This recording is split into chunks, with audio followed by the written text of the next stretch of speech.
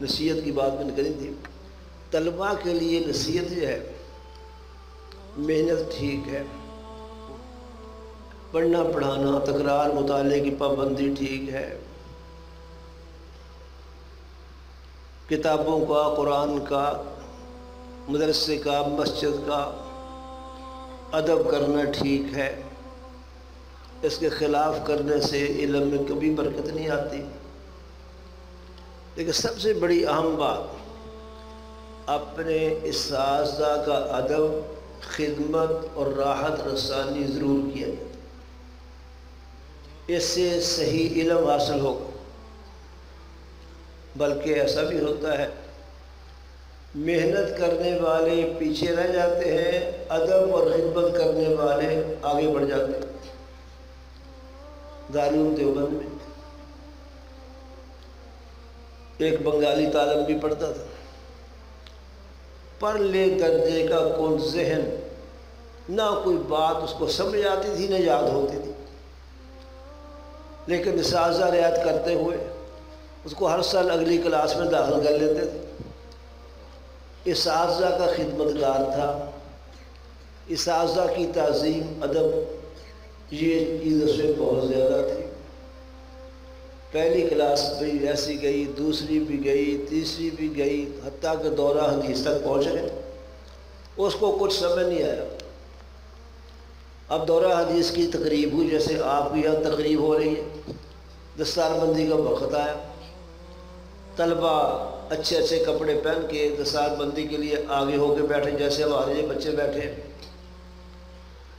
وہ بنگالی طالب جس کو کچھ سمجھ نہیں آتی تھی، وہ ایک طرف بیٹھا رو رہا تھا، باقی لوگ بڑے خوش ہوئے، وہ بیٹھا رو رہا ہے ایک طرف۔ استاذ دیکھا کہ یہ رو رہا ہے، اس سے پوچھا تم کیوں روتے ہو؟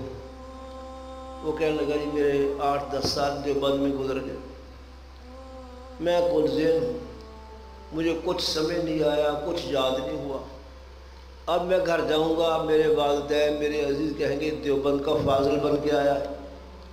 ہمارے علاقے میں رواج ہے کہ جو عالم بن کے آتا ہے اس کا استقبال کرتے ہیں بسی سے نکل کر، پھر اس کو کہتے ہیں ابھی کوئی بیان کرو، مجمع لوگ جمع ہے، بیان کر دو۔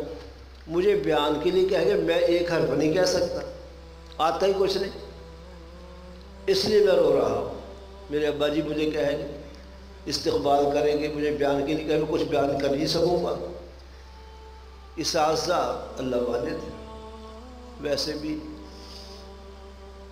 بزرگ ہوں، اساتذہ ہوں، مشائخ ہوں، جب ان کے دل کو خوش کیا جائے، اللہ کی رحمت ایسے لوگوں پر نازل ہوتی ہے۔ حضرت بریلوی رحمہ اللہ کا ایک اور عنوان ہوتا تھا، فرمایا جو اللہ والوں کی خدمت کرتے ہیں، جب دعا کے لیے ان کے لیے ہاتھ اٹھتے ہیں، وہ دعا عرش سے نیچے نہیں ٹھہرتی، ان کا کام بن جاتا ہے۔ تو اساتذہ متوجہ ہوئے، دیکھا کہ بچہ رو رہا ہے، دعا کر دی سب نے، دستار بندی ہو گئی، طلباء گھروں کو چلے گئے، یہ بنگالی بھی چلا گیا۔ بڑا استقبال ہوا، بسی سے باہر آ کے لوگوں نے استقبال کیا، باپ نے بڑی خوشی کا اظہار کیا۔ باپ نے کہا بیان کرو، بیان کرنے لگے، پتہ نہیں کہاں سے مضامین آئے، بہترین شستہ زبان سے ان کو بیان کیا، اور مجمع پر اس کے علم کی دھاک بیٹھ گئی کہ بہت بڑا عالم بن کے آیا۔ وہ کہتے مجھے خبر نہیں الفاظ کہاں سے آ گئے تھے۔ خیر کچھ عرصے کے بعد اس نے مدرسہ بنایا،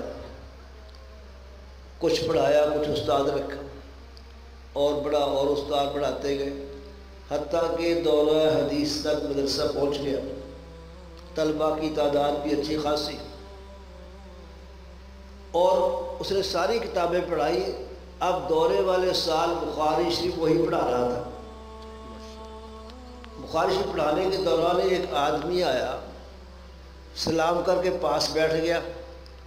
یہ صاحب بنگالی کہتے میں بخاری کا سبق پڑھاتا رہا، کہ بعد بھی بات چیت کروں گا۔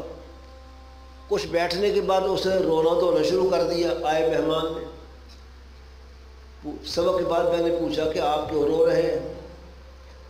اس نے کہا کہ آپ مجھے پہچان نہیں سکے، میں 8-10 سال تمہارے ساتھ دیوبند میں پڑھا ہوں اور ذہین تعلیم شمار ہوتا تھا، علمی استعداد میری اچھی سمجھی جاتی تھی، اور آپ پرلے درجے کے کونزین تھے، لیکن آپ اساتذہ کی خدمت کرتے تھے۔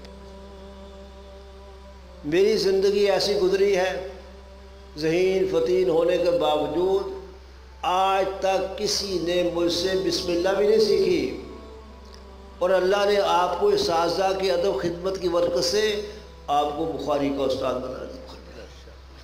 اس لیے اساتذہ کی خدمت، راحت رسانی، یہ سب سے بڑی چیز ہے علم میں برکت۔